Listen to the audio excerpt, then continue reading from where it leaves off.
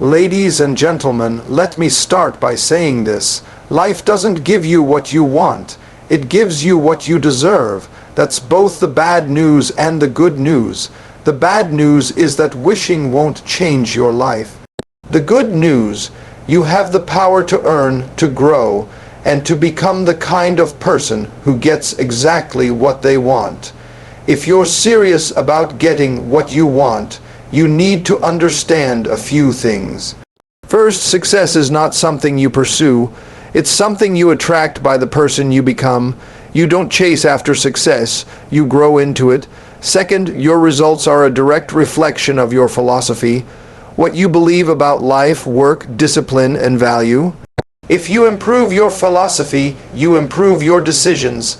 Improve your decisions, you improve your life. Third, don't wish it were easier. Wish you were better. Challenges will come, no doubt, but the person who is growing, learning, improving, they don't fear the challenge. They embrace it. You see, getting what you want is not about luck, it's about design, and you are the architect. So don't complain about the blueprint if you're the one holding the pencil. You want more money. Become more valuable. You want better relationships. Become more understanding. You want more freedom, learn more discipline. Let me leave you with this. Success is nothing more than a few simple disciplines practiced every day. Failure, on the other hand, is simply a few errors in judgment, repeated daily. So today, ask yourself, what am I doing to become the kind of person who earns what I want? Because once you do that, life can't help but respond. You don't get what you want. You get what you deserve. That may sound a bit harsh at first, but it's one of the most powerful truths you can accept if you're serious about transforming your life. The world doesn't operate on wishes, hopes, or daydream. It operates on cause and effect. You plant, you water, you nurture, and eventually you harvest. Wanting a harvest without planting the seed is a fool's game. Yet that's what many do. They want more success, more money, better relationships, more freedom, but they haven't done the work to deserve those results. Deserving isn't about being a good person. Plenty of good people live quiet, frustrated lives because they've confused intentions with results. Deserving is about becoming the kind of person who naturally attracts the things you want. Not by chance, but by design. If you want respect, become respectable. If you want opportunity, become prepared. If you want love, become loving. It all starts with you. We live in a world that rewards value, not need. That's a tough lesson. Life doesn't give you what you need. It gives you what you've earned. Think about the farmer. He doesn't say, I really need corn this year, and expect a harvest. No, he tills the soil, plants the seeds, waters the field, protects the crops. Then, and only then, does the earth respond, and the farmer doesn't argue with the seasons. He doesn't plant in the winter and complain in the spring. He aligns his actions with the laws of nature, and life responds accordingly. You want a better life, you want more, then you have to become more. That's the key, more disciplined, more focused, more intentional. You see, wanting something doesn't make it yours. Working for it, sacrificing for it, growing into it. That's what makes it yours. The people who get what they want aren't just lucky. They've done the work that others avoid. They've developed habits others refuse to build. They've earned trust, cultivated skills, and stayed the course when others quit. That's what it means to deserve something. Now, here's where the principle really cuts deep. Most people won't tell you this because it sounds too blunt. But if you're not getting the results you want in life, chances are it's because you haven't yet become the person who earns those results. That's not a judgment. It's a challenge. It's a call to level up, to stop looking outside and start working within. Your income rarely exceeds your personal development. Your influence rarely exceeds your integrity. Your relationships rarely exceed your emotional maturity. The outcomes of your life will almost always match the level of the person you've become. That's why so many people plateau. They get just enough success to get comfortable, then they stop growing. They stop stretching, and the moment you stop growing, you start falling behind, because life keeps moving, the world keeps changing, and if you don't evolve with it, you get left behind. So the question isn't, how do I get what I want? The real question is, how do I become the kind of person who gets what I want naturally, repeatedly, and sustainably? The answer is simple, though not always easy. You build daily disciplines. You upgrade your mindset. You surround yourself with excellence. You keep your promises to others, but especially to yourself. You do the things you know you should do even when you don't feel like doing them. That's called character. And that's the foundation of all lasting success. So stop wishing. Start working. Stop hoping. Start building. Stop waiting. Start becoming. Because once you become the person who deserves the things you want, those things start coming to you, not all at once and not without resistance, but they come. And they come because you've aligned your life with the principle of cause and effect. You've paid the price. You've shown the world who you are through consistent action. At the end of the day, you can't cheat this process. You might get lucky here and there, but luck fades, character doesn't. And when life sees that you've become someone who deserves more, it opens doors, offers chances, and brings people your way who see your worth. Until then, keep growing, keep building, keep becoming, because you don't get what you want. You get what you deserve, and that's the most empowering truth of all. Success is not something that randomly lands in your lap, nor is it something you chase down with sheer force or wishful thinking. Success is something you attract by becoming the right kind of person. This idea, simple as it sounds, holds the key to transforming your life in any area, be it business, relationships, health, or finances. Think of success like a magnet. It doesn't rush toward just anyone. It responds to character, discipline, mindset, and the value a person brings to the table. It gravitates toward individuals who have worked on themselves, who have cultivated habits, built skill sets, and developed the mental and emotional maturity necessary to handle it. If you want more success, you don't run after it. You draw it in by becoming more. By improving yourself, you improve your ability to receive, manage, and grow what success offers. We often see people who appear to be in the right place at the right time. They get the promotion, they land the client, they meet the right partner, but it's not luck, it's readiness. Life tends to reward those who are prepared, and preparation isn't about knowing everything or being perfect. It's about doing the work ahead of time, when no one's watching, when it's uncomfortable, when it feels like nothing's happening. Success notices those people.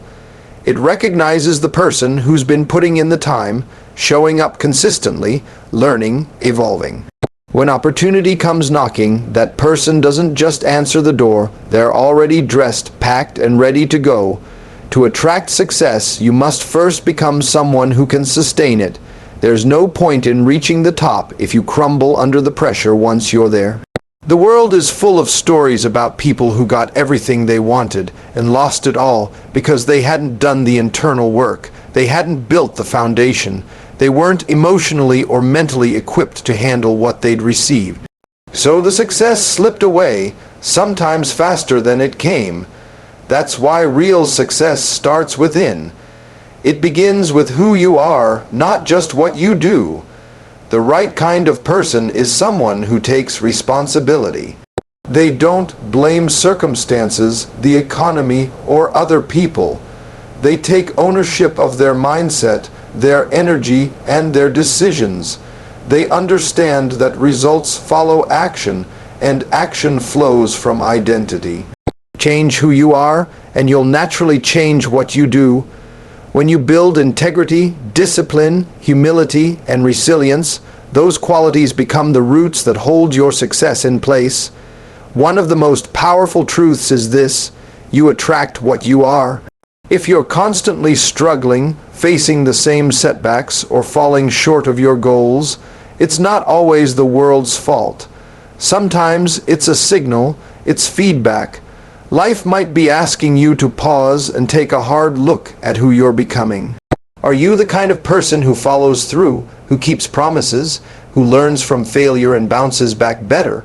Or are you expecting great outcomes from average habits? Becoming the right kind of person means being honest with yourself. It means auditing your habits, your associations, your thoughts. It means upgrading your daily routine, replacing distraction with focus, trading comfort for growth. It's not about overnight transformation. It's about daily improvement. It's about making decisions that align with the life you want, not just the mood you're in. There's a reason the most successful people are also the most disciplined. They've trained themselves to do the right things consistently. They've built the kind of inner strength that allows them to persevere when others give up.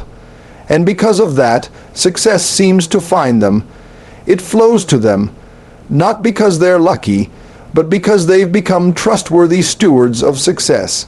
So if you're wondering how to change your life, stop asking what you need to get.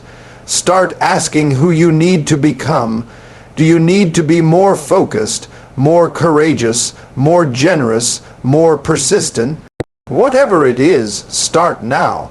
Because when you grow into the version of yourself that aligns with your vision of success, success has no choice but to meet you there.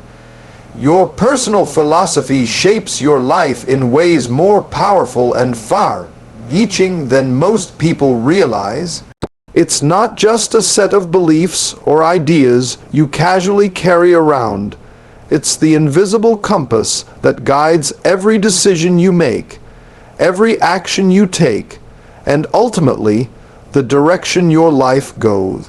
Whether you've consciously built it or inherited it from your environment, your personal philosophy is always at work, quietly influencing your choices and the outcomes you experience.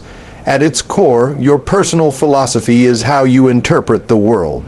It's the story you tell yourself about what's possible, what's valuable, what's right and wrong, what success looks like, what failure means, and how life is supposed to work. Two people can go through the same situation, say, losing a job, and have completely different reactions. One might see it as the end of the road, a defeat that confirms their fears. The other sees it as an opportunity to pivot, to grow, to find something better. What makes the difference, not the event itself, but the philosophy behind it? Some people carry a philosophy of scarcity, the belief that there's never enough. Money, love, opportunity. They operate from fear, hoard what they have, avoid risk, and often sabotage their own growth. Others adopt a philosophy of abundance, the belief that value can be created, that there's room for everyone to win, that generosity and courage open doors. These people tend to attract better relationships, more opportunities, and richer experiences, not because life treats them differently, but because their mindset allows them to see and seize possibilities others miss. The problem is, most people never stop to examine their personal philosophy. They pick it up by default from their parents, their friends, their culture, and if those sources were filled with fear, limitation, or negativity, they inherit the same worldview. They live life reacting, never realizing that they're operating from a script someone else wrote. But once you become aware of it, once you understand that your philosophy is a choice, you gain the power to change everything. Think about this.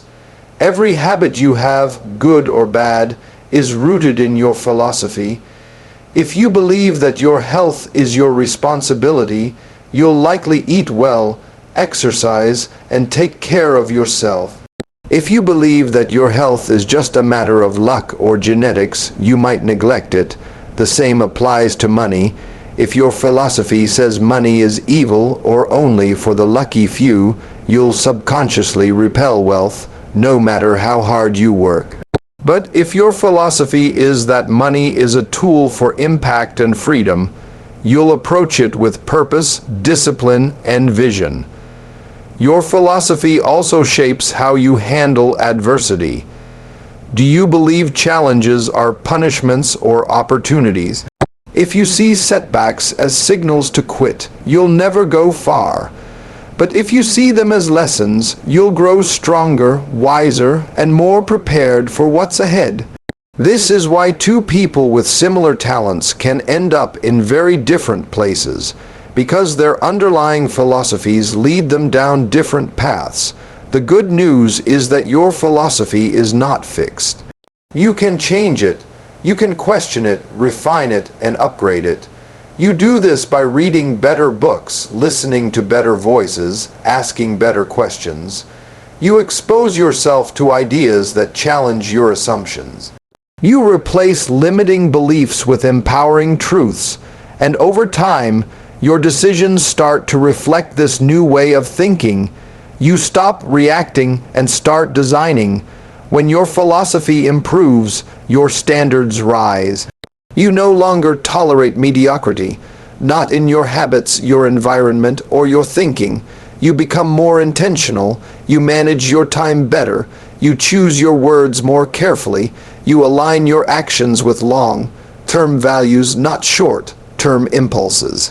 And as a result, your life starts to reflect this deeper level of clarity and purpose.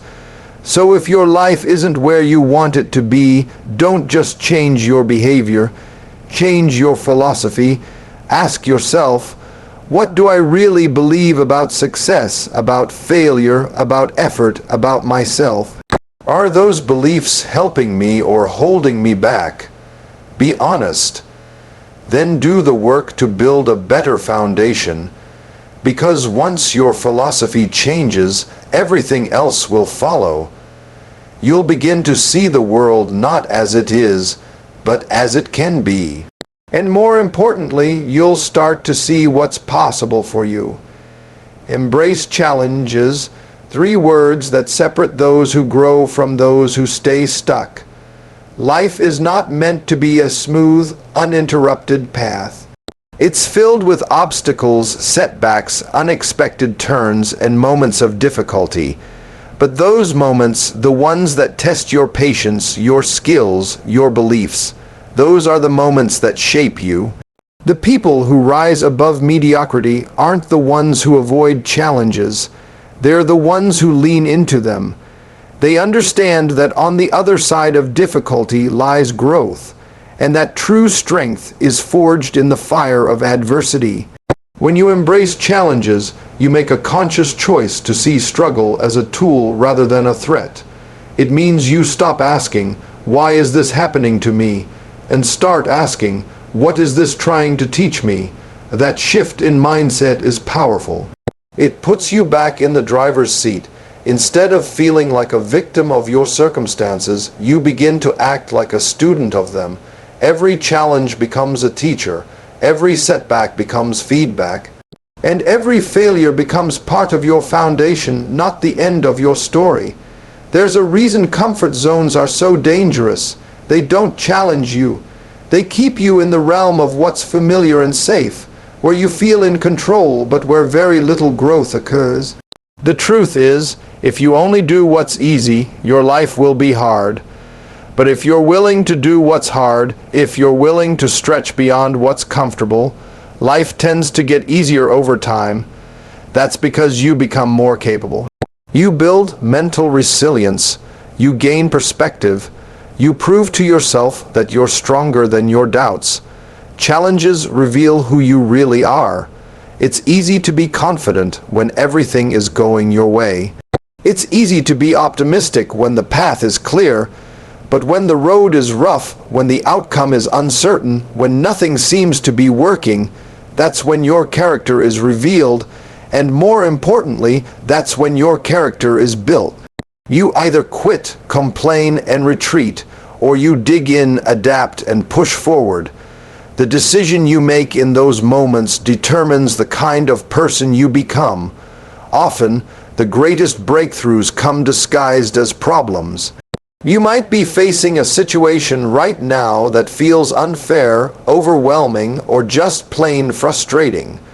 But if you look closely, that challenge might be pointing you toward a new skill you need to learn, a weakness you need to confront, or a mindset you need to upgrade. That doesn't mean the challenge is easy or pleasant, but it does mean it has value.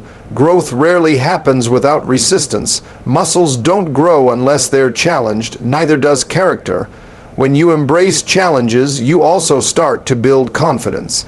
Not the fake kind that comes from pretending to be perfect, but the real kind, the kind that's earned. You start to trust yourself. You realize, I've been through tough things before, and I got through them. I didn't break. I bent. I learned. I grew. That confidence becomes a quiet power. It doesn't shout. It doesn't boast. It just shows up when things get hard and says, I know how to handle this. Another important truth is that challenges are universal. No one is exempt. The difference is how people respond. Some complain and wait for the storm to pass. Others learn to dance in the rain. They adapt, they stay focused, and they use the storm to sharpen their edge. The people who embrace challenges aren't superhuman. They've just made a decision not to let difficulty define them. They choose growth over comfort, progress over perfection, and grit over giving up. And the more challenges you face and embrace, the more useful you become to yourself and to others. You gain wisdom that you can share. You develop empathy because you've been through it. You become a leader not because you have all the answers, but because you've walked through the fire and kept moving. That's a kind of influence that can't be faked. So when the next challenge comes, and it will, don't run from it, don't resent it, recognize it. It's there for a reason. It's there to grow you, to strengthen you, to prepare you for the next level. Embrace it with open eyes and a willing heart. Not because it's easy, but because it's worth it. Because every time you step into the challenge instead of away from it, you become a better version of yourself. And that, more than anything else, is the true reward. You are the architect of your life. That means you are not just a passive observer watching events unfold. You are the one holding the blueprint, the one laying the foundation, and the one deciding how high, wide, and strong your life will be built. Far too many people go through life as if they're waiting for someone else to make the big decisions. They wait for permission, for luck, for circumstances to line up just right. But the truth is, your life doesn't happen to you. It's constructed by you day by day, choice by choice. When you fully accept that you are the architect, something powerful shifts. You stop making excuses and start making decisions. You begin to see that where you are today is the result of choices you made yesterday, and where you'll be tomorrow depends on what you decide today. It's easy to blame your past, your environment, or other people for your current situation. But blame changes nothing. Ownership, on the other hand, gives you the power to design a new future. Every architect begins with a vision. They see the finished structure in their mind long before a single brick is laid. Your life works the same way. If you can't clearly see where you want to go, you're likely to end up somewhere you don't want to be. A vague life produces vague results. But when you take the time to imagine, to plan, to clarify what matters to you, what you value, what success means on your terms, you begin to build with intention. You stop copying other people's designs and start creating your own, of course. Even with the best design, building anything worthwhile takes effort. There are setbacks, delays, and detours. Sometimes you lay a piece of your life's foundation only to realize it's in the wrong place, and you have to tear it down and start again. That's okay. Mistakes are part of the process. A good architect doesn't give up just because the first draft isn't perfect. They revise, they learn, they adjust the plan. The same applies to life. The people who create extraordinary lives aren't the ones who avoid failure. They're the ones who keep building no matter what. Part of being the architect is choosing your materials. In life, those materials are your habits, your beliefs, your values, your time, and the people you surround yourself with. If you build your life with fear, procrastination, and toxic relationships, the structure will be shaky. But if you build with discipline, vision, courage, and character, you're setting yourself up for something strong and lasting. The materials you choose every day, what you read, what you think, how you spend your time, those shape the quality of your life's design. You also have to protect your build. Life is full of distractions and critics. There will be people who don't understand your blueprint, who question your choices, who try to pull you off track. But they're not the architect. You are. Your job isn't to get approval from everyone. Your job is to stay true to the vision you've committed to. That doesn't mean you never change course. It means you don't let noise drown out your inner voice. Trust your instincts, adjust your plan when needed, but don't abandon your purpose. Sometimes you'll look at someone else's building and feel behind, but comparison is a trap. You don't know how long they've been building. You don't know what shortcuts they've taken or what compromises they've made. Focus on your own structure. Progress is personal. One small improvement in your design today can lead to a massive result down the line. Being the architect of your life is not about controlling every detail. It's about choosing how you respond to what you can't control and making the most of what you can. You may not choose the weather, but you choose how to build the roof. You may not control the terrain, but you decide how to lay the foundation.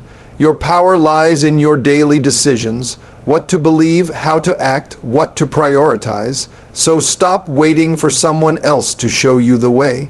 You're not a tenant in someone else's dream. This is your life, your blueprint, your responsibility. Step into that role with intention. Make choices that align with your highest values.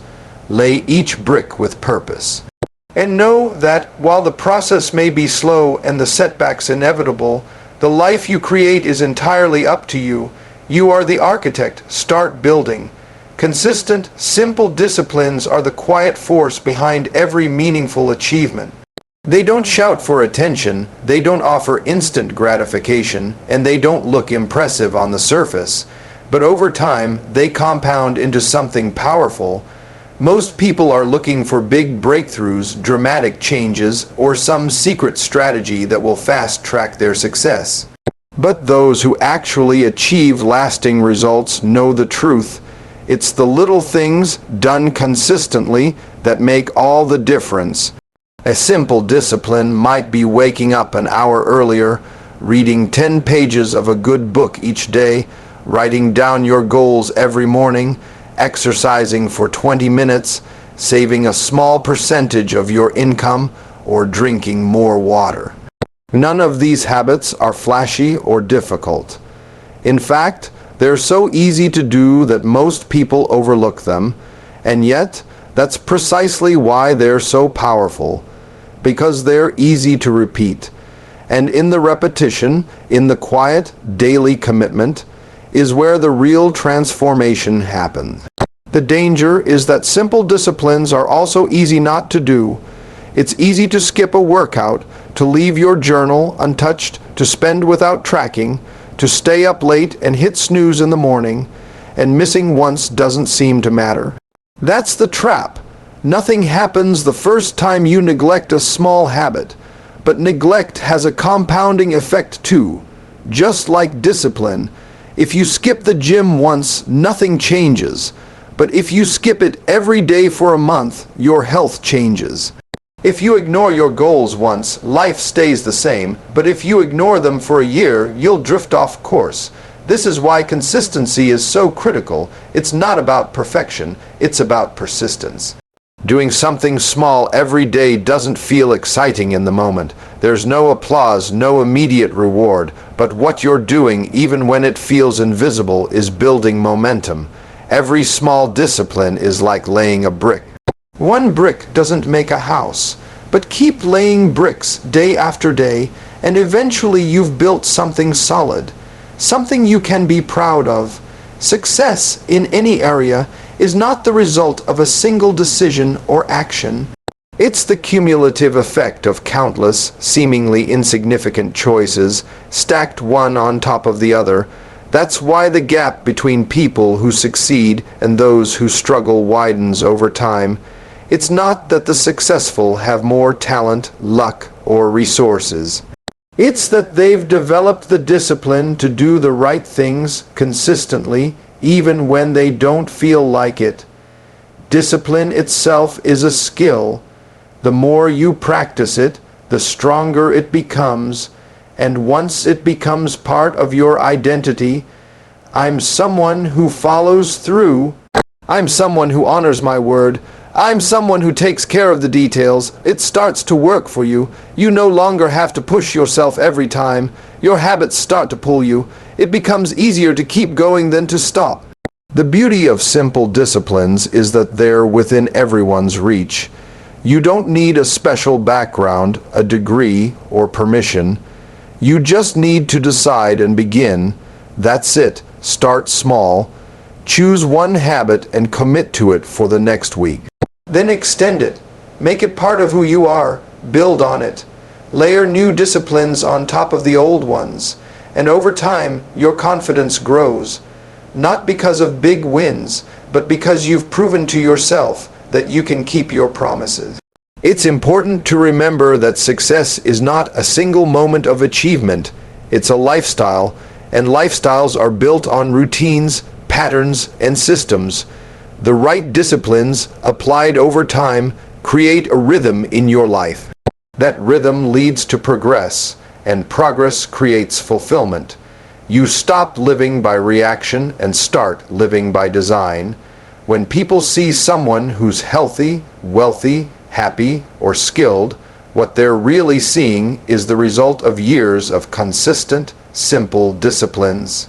They don't see the early mornings, the hours of practice, the missed parties, the journaling, the saving, the reading. But that's where the magic happened, when no one was watching. So don't underestimate the power of doing something small today. That 5-minute action might not change your life this week, but do it every day for the next 5 years, and it absolutely will. The key is consistency. Keep showing up. Keep laying the bricks. Because in the end, the life you build is not shaped by what you do once. It's shaped by what you do every day.